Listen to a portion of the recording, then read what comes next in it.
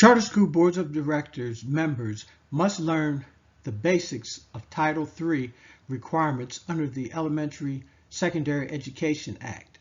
Title III provides federal funding support for programs that service students classified as English language learners, which is sometimes called ELL, EL, or ESL students. As public schools, charter schools have a duty to provide services to these students. Title III federal funds are typically supplemented by state funds for ELL students. Title III federal funds applications are typically filed at the same time as Title I, Title II, and Title IV federal grant applications for charter schools. The state education agency typically serves as the state administrator for these federal programs. Your charter school will be required to establish an ELL plan and update it each year of operations.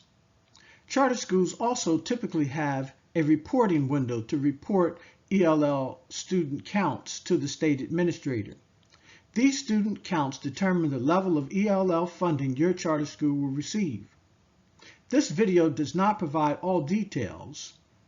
It is just an opening discussion to inform charter school board members and charter school administrators of the need to investigate this topic in greater detail. Your charter school will also have professional development duties to train your ELL staff and regular classroom teachers to inform their duties and obligations to ELL students. Once you have developed your English language learner plan, hired qualified staff, and have all the required systems in place to serve ELL students, the process will follow a similar pattern each year. In general, students complete a document as part of their enrollment in the charter school called the Home Language Survey. This document identifies what the student's first language is, whether the student's first language is English, and whether English is spoken at home. All students identified by the Home Language Survey as having English as a second or sometimes third or fourth language will be administered a test called the WIDA Screener. There is a kindergarten and a grades 1 through 12 version of the WIDA Screener. Kindergarten WIDA Screener, sometimes called WIAP. Generally, students that score less than 5.0 on the WIDA Screener are eligible for ELL services. If a student is identified as needing ELL services, there is an individual plan developed by qualified ELL staff. Each year, ELL students take a grade level test typically called Access for ELLs.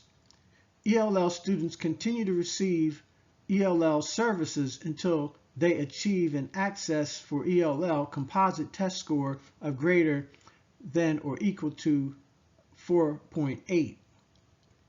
ELL services can take many different forms, such as individual tutoring, group instructional programs, and so forth.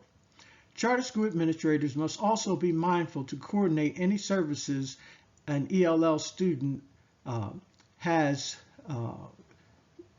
if they also have an IEP or a 504 plan.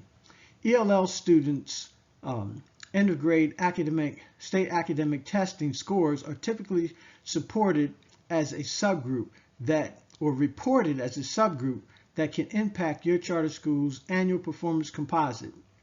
Providing high quality ELL services to your qualified ELL students should not be left up to chance.